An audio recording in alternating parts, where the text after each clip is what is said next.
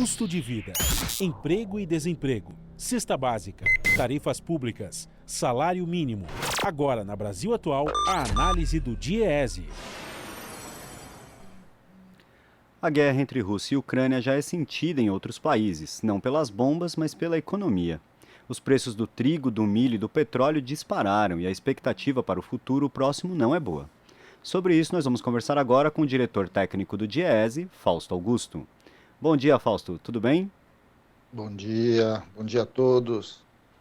Fausto, quais os impactos gerais que esses aumentos de preço do trigo, do milho e do petróleo podem causar ao Brasil? Bem, primeiro que nós estamos começando já a sentir os impactos da guerra na Europa, ali na guerra da Rússia e Ucrânia, em relação ao conjunto da economia global. O primeiro impacto é o preço do petróleo. O preço do petróleo subiu acima da casa dos $100, batendo no limite aí dos $110, colocando inclusive as reservas, os americanos colocaram as reservas internacionais deles no mercado para tentar baixar o preço, mas de alguma forma, só aí a gente vai, de alguma forma, impactar bastante os diversos preços vinculados aos combustíveis. Nós estamos falando aí de combustível de gasolina, de óleo diesel e etc. Vamos lembrar que a atual política de preços da Petrobras vincula o preço da gasolina aqui no Brasil ao preço do barril de petróleo internacional. Então, é inevitável que, em algum momento, essas altas que nós estamos assistindo aí internacionalmente cheguem aqui no Brasil. É sempre bom lembrar que preço de combustível inevitavelmente impacta o preço do frete. E aí isso tende a avançar para diversos outros produtos da economia no Brasil como um todo. É sempre bom lembrar que a gente está num movimento de alta global de preços já há algum tempo, em especial puxadas aí pela pandemia, e problemas bastante graves com relação às cadeias de produção, as chamadas cadeias globais de fornecimento. A gente estava com problema ali no mercado de semicondutores, a gente tinha problemas nos diversos mercados da energia, ou seja, e mesmo em alimentos. Com a guerra, tudo isso se coloca com um agravante ainda maior.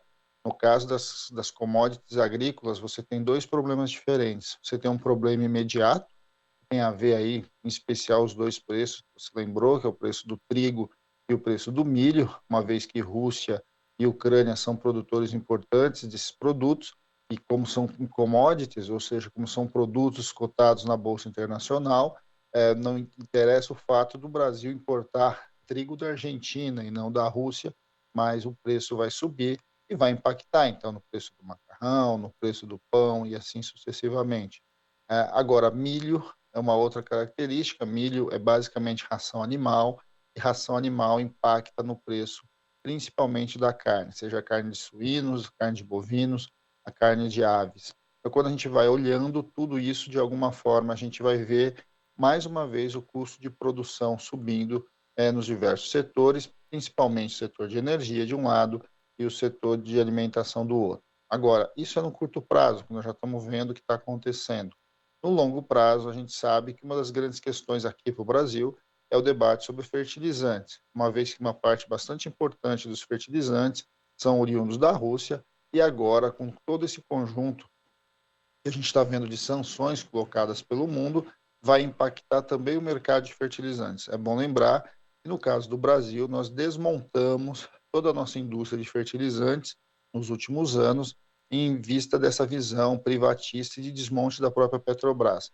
Todo o movimento que foi feito ao longo dos últimos 20 anos, de você reorganizar a indústria de fertilizantes, ter uma dependência internacional cada vez menor, foi simplesmente desmontada, destruída, por uma política ultraliberal que acreditava que a lógica era do mercado e que o mercado deveria gerir os diversos setores. Bem, esse é o preço que nós vamos pagar, e aí, inevitavelmente, a gente vai assistir impactos na produção agrícola brasileira como um todo. E isso vai se espraiar para a nossa economia. A economia já estava prevendo uma alta de inflação, 2022 e 2023, a inflação já ficaria provavelmente acima do centro da meta, mas agora essas pressões já vão colocando ali a inflação para patamares bem acima para esse ano, e nós não sabemos direito o que vai acontecer para o ano seguinte. É bom lembrar que é uma guerra que está acontecendo na Europa, é uma guerra que envolve a segunda maior potência bélica do mundo, e envolve os dois maiores países da Europa, seja, a Ucrânia e a Rússia. Isso inevitavelmente vai reorganizar, inclusive, a discussão geopolítica global. E isso impacta não só a questão política, mas sempre a questão econômica. Nós temos um problema no mercado de metais, nós vamos ter discussões com relação a diversos setores industriais, que também vão se aproveitar e já estão se aproveitando da guerra, porque, como lembrar, né, a guerra move um conjunto bastante importante da indústria bélica e que, de alguma forma, vão se beneficiar de tudo que está acontecendo. Olhando para esse cenário, não é um cenário muito bom do ponto de vista do futuro, não só do ponto de vista da humanidade, do ponto de vista de você ter mais uma guerra com características como a gente está assistindo agora, em que normalmente é a população civil e a população mais pobre que sofre, e de outro lado, seus impactos na economia global. Pois é, Fausto, e como você bem colocou, a inflação vai ficar agora com esse cenário de incerteza. A gente já teve 2021 ela encerrando acima de 10%. O IPCA de janeiro já foi o maior para o mês desde 2016. E agora a gente tem aí o preço do barril do petróleo, né, subindo muito. A gente já tem ele a US$ 110 e já se especula que ele possa chegar a US$ 130. Isso pode levar a uma explosão no preço dos combustíveis no Brasil novamente, com um aumento ainda maior do que a gente já tem hoje, com uma média de quase R$ 7. Ah, não há a menor dúvida. Na verdade, a Petrobras ainda, inclusive, já está prevendo aumentos bastante grandes já nos próximos meses. Então, a gente vai assistir muito provavelmente um preço da gasolina que extrapole os R$ 7 em diversos estados, principalmente. Agora, além disso, a gente tem que olhar um pouco como é que esses custos vão se espraiar para o conjunto da economia.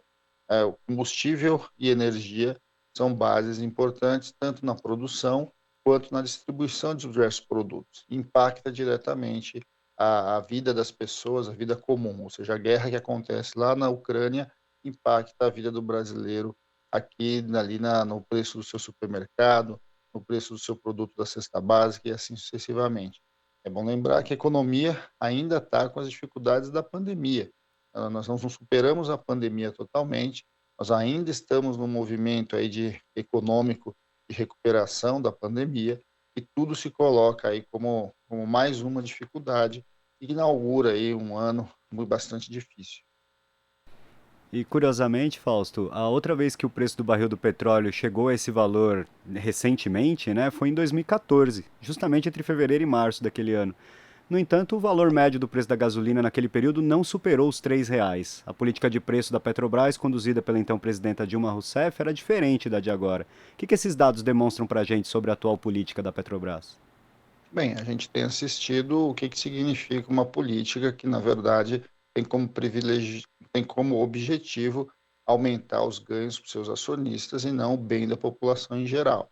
A atual política de preço da Petrobras, de certo modo, está vinculada aos lucros e dividendos desta empresa, que em parte está na mão aí dos grandes grupos internacionais. É sempre bom olhar o que era e o que passa a ser a Petrobras a partir dessa política de preço.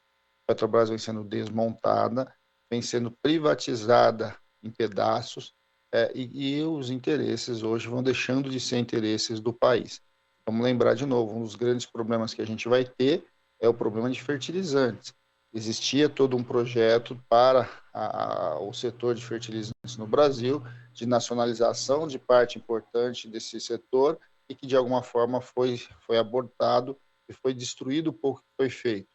Esta política que tem a ver com uma visão ultraliberal do atual ministro Guedes e de dizer que o mercado vai tomar conta de tudo. Bem, o mercado tomando conta de tudo é essa instabilidade que a gente está vendo e uma instabilidade que, de certo modo, pune sempre o conjunto mais fraco da população. A inflação, vamos lembrar, ela impacta sempre o mais pobre, ela impacta a economia como um todo, mas aquele que mais sofre as perdas, em geral, é a população de baixa renda. Então, quando a gente vai olhando para esse cenário como um todo, a gente vai vendo como as escolhas que foram feitas ao longo desde 2016 e principalmente a partir de 2018 foram levando o Brasil a ficar amarrado à economia global e que, de alguma forma, vai pagando os preços disso. O Brasil produz petróleo a um preço muito mais baixo do mercado internacional. O Brasil produzia combustíveis a um preço muito mais baixo do que nós estamos aí vendendo e que, de alguma forma, o processo de privatização do refino, de desmonte da política de preços e a colocação de uma política de preços vinculados ao preço do barril e ao preço do dólar, vão colocando aí um cenário bastante complicado do ponto de vista desse setor, e aí, inevitavelmente, a gente vai assistir o impacto na feira, o impacto no supermercado, o impacto na vida real das pessoas. Pois é, Fausto, como você bem destacou, a política é uma política deliberada deste governo de agir dessa forma, né? Não é uma coisa que acontece por força dos ventos da economia mundial. O governo determinou que a política seja assim.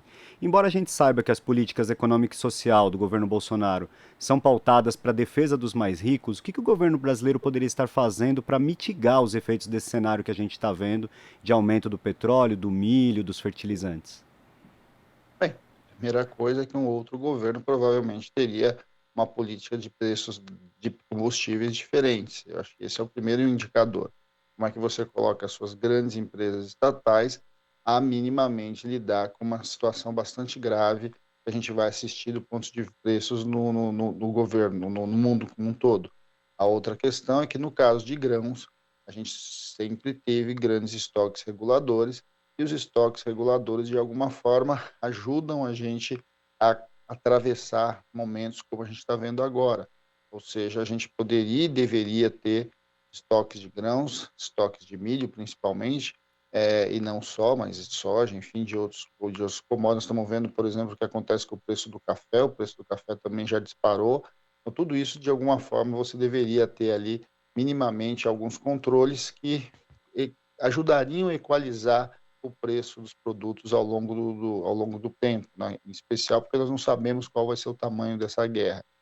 Ao mesmo tempo, você deveria aproveitar o momento para o impulso da sua própria indústria. A indústria nacional é importante, sempre cumpriu um papel fundamental no Brasil, mas vem sofrendo muito com a atual política e, de alguma forma, vai reduzindo o papel industrial, colocando o Brasil basicamente como um produtor aí de commodity, seja commodity agrícola, mineral, e com muita dificuldade na sua garantia propriamente energética. O Brasil está hoje discutindo a privatização da Eletrobras, o que, mais uma vez, vai colocar uma grande empresa, um setor estratégico na mão de não sabemos de que grupo, e que, inevitavelmente, nós vamos pagar um preço bastante alto no custo de energia caso a privatização da Eletrobras saia do papel. Tudo isso está colocado nesse cenário em que a gente está vendo a venda do nosso país em meio a um cenário global bastante complicado, em que pode-se dizer, né, que a pandemia e agora a guerra da Ucrânia recolocam o mundo dentro de uma insegurança bastante grande, do ponto de vista de como os organismos multilaterais, de como os países e os blocos vão se comportar.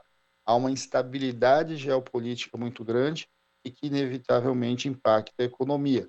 Como o Brasil entra nesse jogo, de certo modo, a gente está bem longe de ter alguma certeza. Ao contrário, Rússia, Brasil, China, África do Sul, ou seja, os chamados países dos BRICS, hoje estão basicamente desmontados do ponto de vista da sua articulação econômica, o que coloca desafios bastante grandes numa reorganização futura do mundo. O que demonstra para nós que essa política totalmente pautada no mercado, de deixar que o mercado se regule absolutamente, sem impor regras, sem controle estatal, não funciona para a maior parte da população, né, Fausto? Quero agradecer a sua... Não funciona para uma parte da população e não funciona para uma visão estratégica em que o Brasil deveria estar ali atuando minimamente no jogo global. O Brasil hoje é um país que fica ali no cantinho, né, das discussões do mundo. O mundo está se reorganizando e o Brasil está, de certo modo, fora desse debate. É isso. Fausto, eu agradeço sua participação na edição de hoje do Jornal Brasil Atual e um bom dia para você. Bom dia a todos novamente e até a próxima. Até mais. Conversamos aqui com o diretor técnico do Diese, Fausto Augusto. Você está ouvindo Jornal Brasil Atual. As notícias que os outros não dão.